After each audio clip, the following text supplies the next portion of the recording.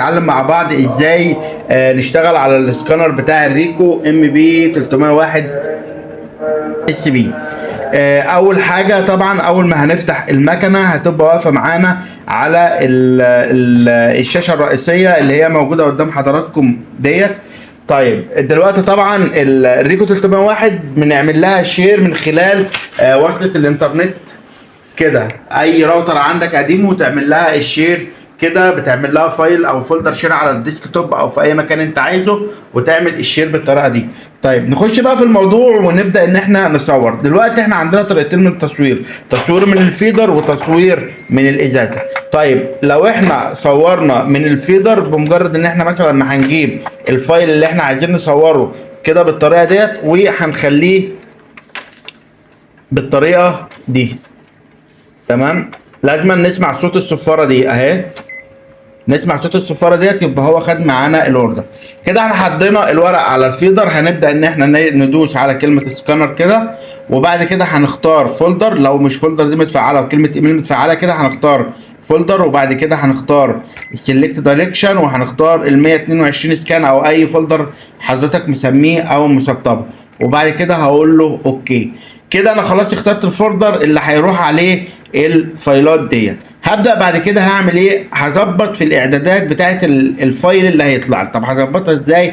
هدوس على سند سيتنج دي، هتظهر معايا القائمه دي. اول حاجه تايب اوف اوريجينال، تايب اوف اوريجينال ديت هختار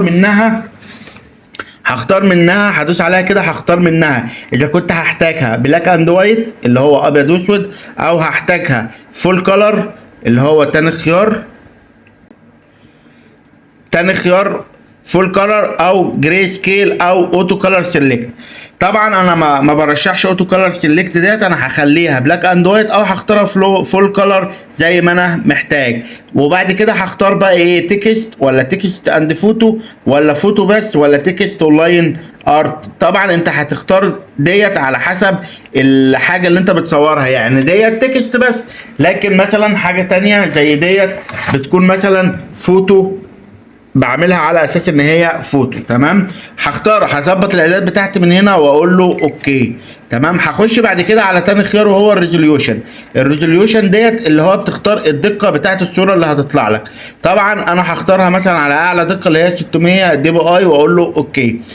هنا بقى الخيار التالت ديت اللي هي الفايل تايب ديت هدوس عليها كده، وهنا بيديني عده اختيارات. اول اختيار فوق هنا السنجل بيج ديت، اللي ديت مثلا دولت 5 ورقات، انا عايز كل ورقه لوحدهم يبقى هختار السنجل بيج. طيب لو عايزهم كلهم مع بعض يبقى في فايل واحد يبقى هختار المالتي بيج. طيب الخطوه اللي بعد كده الفايل تايب، انا عايزه بقى يطلع لي يتصدر لي على سطح المكتب او في المكان اللي انا عايزه بي دي اف ولا بي دي اف ايه ولا الجي بي جي، يعني صوره ولا بي دي اف، يعني الخيار ده والخيار ده. يبقى انا هختار مثلا ان انا هصدره بي دي اف واقول له اوكي. بعد كده الفايل نيم ديت مثلا انا عايز اكتب اسم الملف، هدوس على كلمه فايل نيم مثلا وهسميه دي اف مثلا واقول له اوكي، مره تانية كده. يبقى انا ايه، سميت الملف اللي هيظهر لي برضو عندي. بعد كده الاوتو دينستي ديت اللي هي الدقه بتاعه السواد او التغميق او الحده بتاعه الصوره ذات نفسها. طبعا هخليها على نص زي ما هو.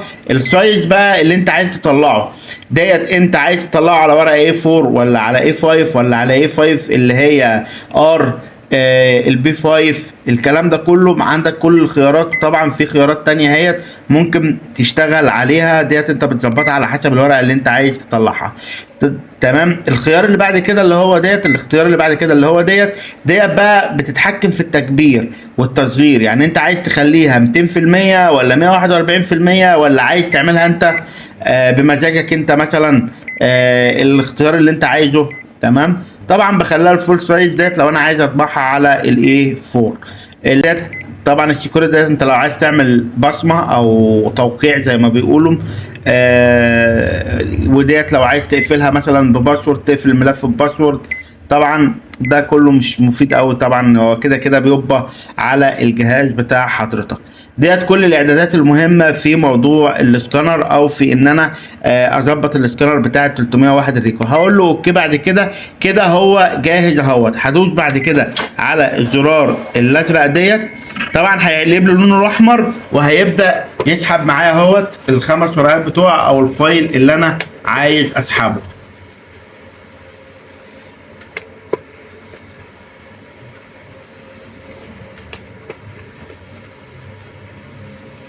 كده سحب معايا الخمس ورقات اهوت.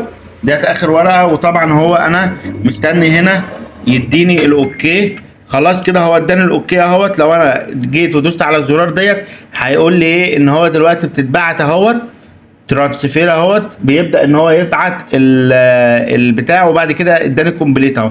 طيب هنيجي بقى للفايل اللي احنا فاتحينه على سطح المكتب. هنلاقي ان احنا كنا مختارين الخمس او ست ورقات، كل ورقه لوحدهم بحجم البي دي اف.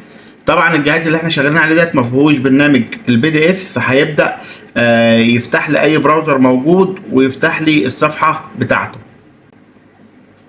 طبعا ديت صوره من الصور اللي احنا مطلعينها، بسم الله ما شاء الله، الجوده والكواليتي زي الفل اهو. تمام. ديت لو في حاله ان احنا ايه الخمس ورقات او الفايل كله عملناها كل ورقه لوحدها. وطبعا احنا لو عايزين كلهم يكونوا في شيت واحد، طبعا هندخل على نفس الاختيارات اهوت، وبس بدل السنت سيتنج، بدل الفايل تايب ما هنخليه سنجل بيج، هنخليه مالتي بيج بالطريقه ديت، ونقول له اوكي. اوكي اهوت. بسرعه كده هنجربه. تمام، وهدوس اهو. كده المفروض من الستة دولت هيظهر لي واحد سابع، يعني هيظهر لي واحد سابع. انا كنت كاتب التاني دي اف اهوت ومديله رقم من بعديه، فالرقم ده هو بياخده تلقائي. فدلوقتي هيظهر لي ايه اللي هو السابع. هو خلص اهو. تمام، ظهرت لي اهيت وظهرت لي كجي بي جي.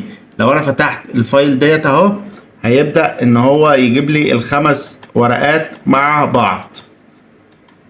تمام كده.